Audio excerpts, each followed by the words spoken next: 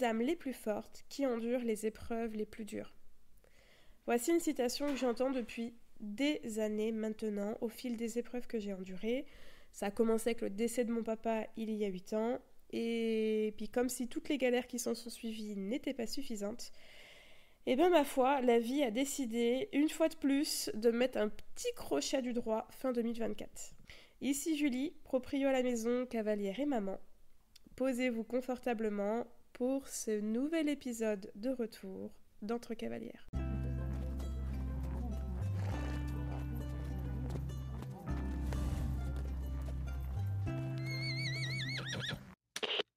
Hello tout le monde, j'espère que vous allez bien. Presque une année sans prendre le micro, donc sans épisode. Et malgré tout, des stats qui sont plutôt en forme.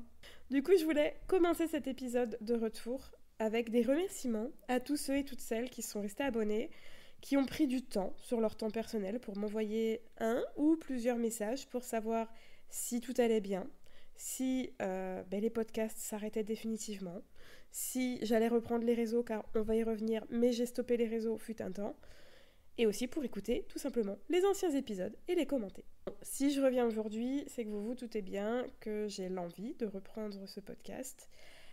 Après une absence plus ou moins longue, puisqu'il était prévu que je reprenne le podcast, et en finalité, je me suis retrouvée à arrêter l'intégralité de mes réseaux, et c'est pourquoi aujourd'hui j'ai décidé de faire un épisode un peu, on va dire, reboot, un peu mise au point de ce qui s'est passé, et de vous expliquer le pourquoi du comment j'ai arrêté et ce que j'entrevois pour le futur.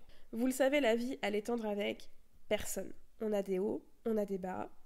Il y a des personnes qui ont plus ou moins de chance dans leur chemin de vie. Et je vous avoue que dans ma vie, depuis le décès de mon papa, je me prends pas mal de bas qui sont, je trouve, assez violents à encaisser. Nous avons perdu plusieurs personnes proches de nous. On a surmonté des galères plus ou moins compliquées. J'ai aussi le fait d'avoir un poste si loin de chez moi avec une mutation refusée chaque année depuis 5 ans. Et là, de nouveau, je me suis pris une nouvelle épreuve en 2024, fin 2024. Je ne vais pas m'étendre sur ce que j'ai vécu, j'avoue pas très envie d'en parler, mais j'ai vécu et je vis encore une épreuve que jamais de ma vie je n'aurais pensé vivre. Mon quotidien en est encore énormément impacté, j'ai encore énormément de moments qui me sont difficiles. D'ailleurs, j'ai même repris la sophrologie pour m'aider à surmonter cette période de ma vie. Mais cette période difficile que je traverse encore m'a permis d'avoir quand même des conséquences, enfin je ne dirais même pas des conséquences, mais m'a permis de voir 2 choses positives sur moi. Vous le savez, je suis toujours à essayer de tirer un peu de positif, même dans les situations négatives. Et bon, j'ai essayé de faire ça et j'ai essayé de me focaliser sur ce qui était bon. La première, c'est que visiblement, je suis vraiment plus forte que ce que je me pensais être capable jusqu'ici. Et selon ma sophrologue, je suis d'une extrême résilience. La deuxième, j'ai compris que je passais mon temps à courir pour vivre, alors j'ai ralenti.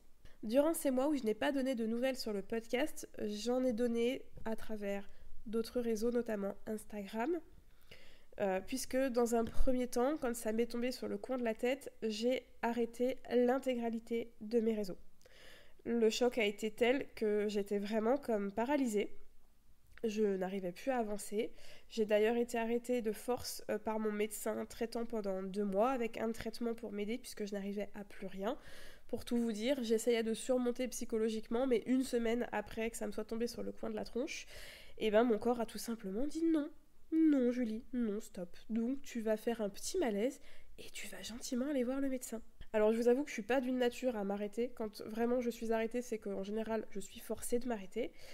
Je suis allée voir mon médecin traitant, j'ai expliqué les faits et je lui ai dit qu'il fallait quelque chose probablement pour m'aider puisque j'étais visiblement d'une nature à pas réussir à louper tout simplement, de surmonter cette épreuve-là, que je devais pas être suffisamment forte par rapport à d'autres personnes qui devaient réussir et elle m'a dit que non, je faisais partie de ces personnes qui ont un chemin de vie particulièrement difficile et que là, oui, à un moment donné, avec toute la bonne volonté du monde, parfois, faut s'arrêter, se faire aider et repartir du bon pied.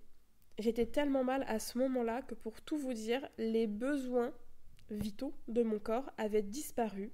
J'ai eu notamment l'absence de faim. Voilà, la faim ne venait plus. Donc j'ai perdu énormément de poids. Bon, si on fait une petite note positive et d'humour, je vous avoue que les derniers kilos de grossesse sont très vite partis, étant donné que je suis même passée à un poids que je n'avais pas eu depuis l'adolescence. Alors certes, mon corps physiquement, morphologiquement a évolué et n'est plus le même que quand... En fait, je n'ai pas le même corps malgré le même poids. Donc ça, c'est autre chose. Parce que maintenant, j'ai un corps de maman, donc ça, à la limite, on pourrait revenir dans un autre épisode si jamais ça vous intéresse. Et j'avais même beau me forcer à manger que je perdais quand même du poids, ce qui était littéralement incompréhensible pour moi. Et comme forcément, une mauvaise nouvelle n'arrive jamais seule, et courant janvier, alors que je venais de reprendre le boulot, j'ai repris, tac, une petite claque avec une autre mauvaise nouvelle qui m'a enfoncée davantage. Bon, la sophro m'a grandement aidée à m'en sortir. Je vous en ai déjà parlé, j'ai fait de la sophrologie quand j'ai perdu mon papa. J'y suis revenue quand nous avons perdu la petite sœur de Clément. Et je pense que cette nouvelle-là, plus avoir perdu les 2 chevaux et bien d'autres choses, ont fait que je me suis redirigée vers le cabinet de ma sophro qui m'a vu revenir avec un état des meilleurs, on va pas se le cacher. Et ça m'a aidée grandement, avec des séances très régulières, à me permettre de me stabiliser émotionnellement, de reprendre le travail en janvier le plus sereinement possible, malgré des moments de difficulté encore présents et une situation difficile à vivre quotidiennement encore présent. Avec l'arrivée du printemps, j'ai eu une humeur, si on peut dire humeur, mais un mental peut-être un peu plus joyeux, puisqu'on a quand même eu un très beau printemps. Je suis poussée par un petit garçon qui ne cesse de grandir et des chevaux et des animaux, mais surtout des chevaux qui me poussent à évoluer. Et du coup, j'ai eu l'envie énormément de retourner dehors, de reprendre Insta, même si je n'ai pas eu l'envie de reprendre face caméra en fait pour vous parler. J'ai juste eu l'envie de partager 2-3 petites choses, 2-3 photos, 2-3 stories, donner un peu de nouvelles, dire qu'autour de moi, les personnes sont en bonne santé. Et donc peu à peu, je suis réapparue de temps en temps face caméra, même si c'est devenu assez rare de me voir en face caméra. C'est pour ça que je vous avoue, je n'ai pas repris YouTube, parce que j'ai pas envie en fait, c'est vraiment pas du tout envie de parler face caméra et d'avoir des longs moments où je discute. J'ai repris les vlogs sous forme de réels de 3 minutes sur Insta, mais j'ai réellement pas eu l'envie de reprendre YouTube, qui est pour le moment à l'arrêt total. Donc bon, on verra si l'envie revient, mais pour le moment, c'est pas du tout prévu. Et je vous avoue qu'aussi, j'ai eu envie de m'alléger mon emploi du temps, ma charge mentale, de prendre le temps. Et YouTube, contribuer à charger tout ça. Du coup, durant ces derniers mois, j'ai fait énormément de travaux dehors, d'aménagement dehors, ce qui m'a fait énormément de bien mentalement. J'ai travaillé mes chevaux, j'ai passé du temps avec Maë, juste profiter de la vie, se recentrer sur les choses essentielles. J'ai eu les résultats de ma demande de mutation, encore une fois, qui ont été négatives, donc ça m'a demandé de refaire un dossier pour que, cette fois-ci, il passe devant commission, puisque Maë va rentrer à l'école maternelle.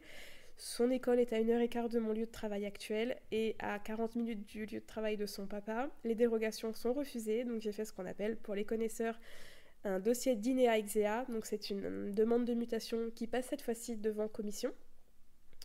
Et dans les dernières choses que j'ai faites, par rapport au réseau, j'ai eu envie de revoir un petit peu le côté design de mes réseaux. Donc ceux qui traînent sur Insta l'ont vu, le logo de mon compte Insta a changé. D'ailleurs, je l'ai changé également sur YouTube, même si YouTube est pour le moment inactif. Comme je vous l'ai dit, je n'ai pas envie de reprendre YouTube. Il y a d'ailleurs eu un énorme tri sur mes vidéos YouTube. Vous constaterez, je vais y arriver, qu'il y a très peu de vidéos en ligne, puisque j'ai mis hors ligne énormément de vidéos. J'ai eu un besoin, en fait. Un besoin de me stopper, de trier dans ma vie, de repartir sur quelque chose qui me correspondait davantage. Et j'espère vraiment du fond de mon cœur que toute cette étape que je suis en train de faire, toutes ces épreuves que je suis en train de vivre vont me permettre de retrouver une réelle accalmie pour vivre une vie une vie simple quoi. Et là, nous voici actuellement le mercredi 25 juin, au moment où j'enregistre cet épisode. Actuellement, c'est encore difficile par moments, plus simple par d'autres. La fin d'année scolaire arrive à grands pas. Là, je vais bientôt rendre la classe d'ici un peu plus d'une semaine et abandonner mes élèves pour qu'ils aillent vers leur classe supérieure et leurs futurs maîtres et maîtresses.